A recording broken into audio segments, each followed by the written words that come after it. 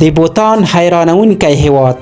د بوتان په اړه هغه جالب او حیرانونکي حقایق چې تر اوسه تاسو نه وئ خبر.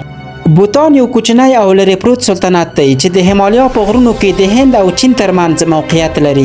دغه هیواد د پیړیو لپاره له نړۍ څخه بیل و. په 1901 کال کې بهرنیانو ته دروازې پرانیستې. د بوتان هیواد په اړه تر ټولو حیرانونکې خبره دا ده چې دې هیواد د خلکو د خوشحالولو په خاطر د خوشحالۍ ځانګړی وزارت منځته راوړی او حکومت یې د خلکو خوشحالۍ ته ډیر ارزښت ورکوي. نو ځکه د دې هیواد خلک خورا خوشحاله ژوند لري. بله بیا دا چې د بوتان هیواد په نړۍ کې تر ټولو صاف او پاک هوا لري. د بوتان پایتخت لکه د افغانستان هیڅ ټرافیک چراغونه نه لري. هر بهرني سیلانیان باید هر ورځ لپاره $100 فیس ورکړي. دا فیس د استوګنې لارښودنو او نورو خدماتو لګښتونو سربیره ورکول کیږي. یعنی خپل لګښتونه به هم ورکوي او سربیره پر دې $100 به هم د بوتان حکومت